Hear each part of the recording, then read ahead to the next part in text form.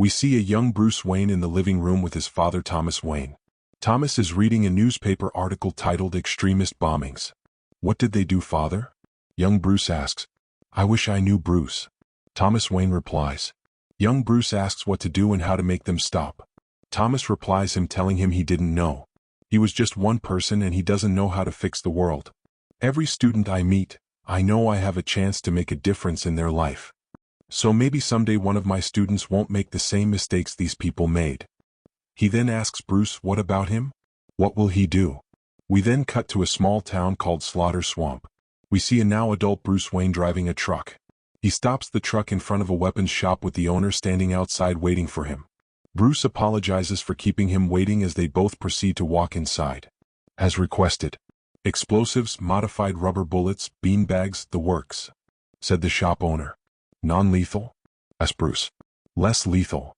The shop owner replied to Bruce's satisfaction. They both make the exchange. Money for weapons. After the transaction, Bruce asks the weapons shop owner about the large project he saw at the edge of the town. The man explains how a company came in with money and promises, and after 3 months into construction the company packed up and left. Bruce then asked who the people he saw earlier were, and the man explains that they were immigrants who came there looking for something better but didn't find it. As they continue talking, Bruce hears noise coming from the outside. He sees a gang of thugs dressed in pig masks harassing a woman and her son. The thugs are a bunch of racists who remind the woman and her son that they didn't belong there. As one of them moves towards the kid with the intention to beat him, Batman quickly rushes and sucker punching him. As the rest of the gang square up ready to take on Bruce, the shop owner hits Bruce in the head with a wrench from behind, taking him down. This allows the mother and her son an opportunity to escape. A man called DJ then approaches as the shop owner explains that Bruce was an out-of-towner with a savior complex. DJ gets excited and starts brutally beating up Bruce. As the rest of the gang gather, they start stomping on him. We see a priest called Father Peters jump on top of Bruce, shielding him from the attack as he yells for them to stop. One of the thugs recognizes Father Peters and tells him get lost, but Peters pleads with the guy, reminding him he had known him since he was old enough to walk and that this wasn't him. DJ then tells the rest of the gang to leave them be, they had plans for the night. We then cut to a passed-out Bruce Wayne as he wakes up on a bed. The priest has nursed his injuries. A picture catches Bruce's attention and he asks the priest if the man in the photo was him. "A long time ago now. I made a lot of friends during that time, all of us chasing peace. A never-ending journey, it seems," answered the priest.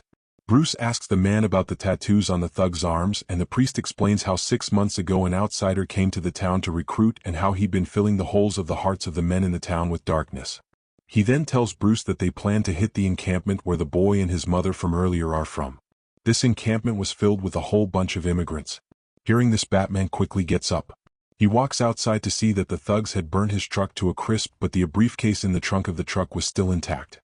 He took the briefcase as he walked into night, heading in the direction of the encampment. We now see that DJ and his men have already arrived at the encampment with the local police aiding them. He rallies his men as they begin to attack the encampment, brutalizing everyone they saw there. DJ starts to shout as he says things like, "I am the new truth. I am power. Pure power." As he's about to yell white power, while making a salute that we all recognize, Batman shows up out of nowhere and snaps his arm in half. The rest of the thugs try to attack, but Batman kicks one of them, shattering his chin, and as the police try to shoot Batman, he quickly slams both of them on the ground. We see one of the thugs grab hold of a boy, pointing a gun to his head while threatening Batman that he would shoot the boy as the rest of the thugs ran away. Without any hesitation, Batman throws 3 batarangs, stabbing the guy in his eyes. He then quickly rushes at him and brutally knees him in the face, taking him out of the equation. Batman turns around, approaching DJ, who lays on the ground in pain. The now afraid DJ pulls out a gun and tries to shoot at Batman, who easily dodged the bullet and quickly punches him in the face.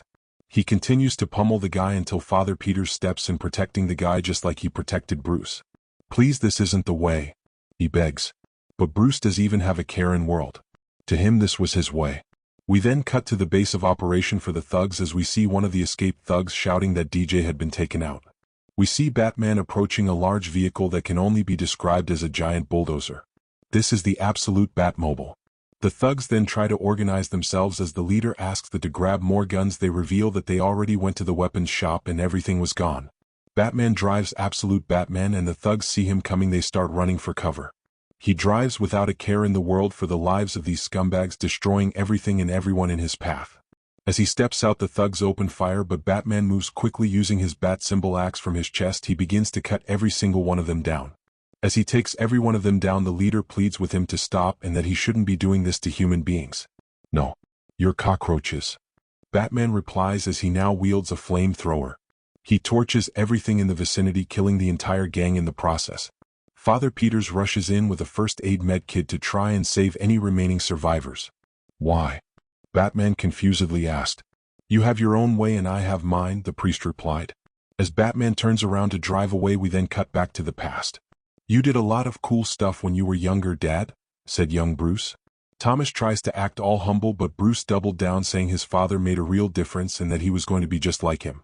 We then cut back to when Bruce was at the priest house.